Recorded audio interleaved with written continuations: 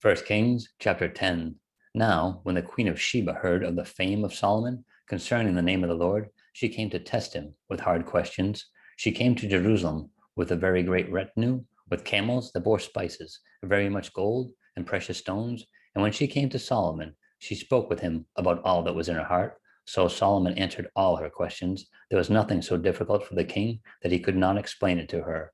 And when the queen of Sheba had seen all the wisdom of Solomon, the house that he built, the food on his table, the seating of his servants, the service of his waiters and their apparel, his cupbearers, and his entryway, by which he went up to the house of the Lord, there was no more spirit in her. Then she said to the king, "It was a true report which I heard in my own land about your words and your wisdom.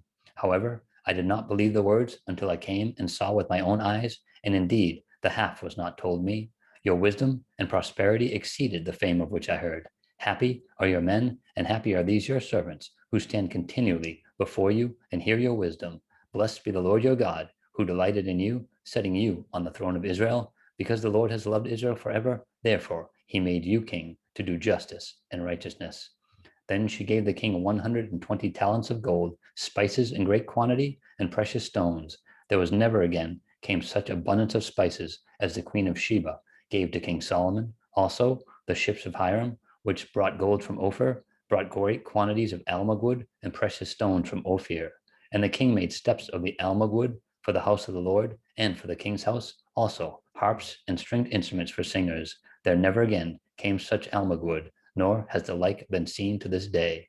Now King Solomon gave the queen of Sheba all she desired, whatever she asked, besides what Solomon had given her according to the royal generosity. So she turned and went to her own country, she and her servants. The weight of gold that came to Solomon yearly was 666 talents of gold, besides that from the traveling merchants, from the income of traders, from all the kings of Arabia, and from the governors of the country. And King Solomon made 200 large shields of hammered gold. 600 shekels of gold went into each shield. He also made 300 shields of hammered gold. 3 minas of gold went into each shield. The king put them in the house on the forest of Lebanon. Moreover, the king made a great throne of ivory and overlaid it with pure gold. The throne had 6 steps, and the tops of the throne was round at the back. There were armrests on either side of the place of the seat, and 2 lions stood beside the armrests. 12 lions stood there, one on each side of the 6 steps. Nothing like this had been made for any other kingdom. All King Solomon's drinking vessels were gold, and all the vessels of the house of the forest of Lebanon were pure gold.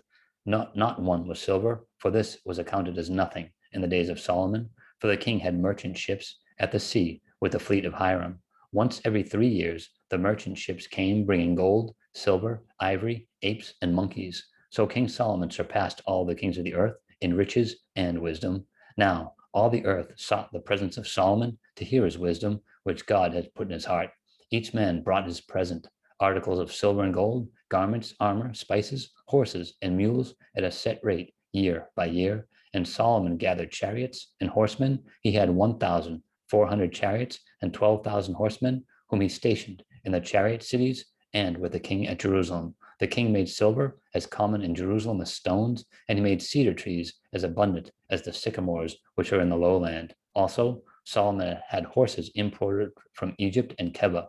The king's merchants brought them in Keba at the current price. Now, a chariot that was imported from Egypt cost 600 shekels of silver, and a horse 150, and thus, through their agents, they exported them to all the kings of the Hittites and the kings of Syria.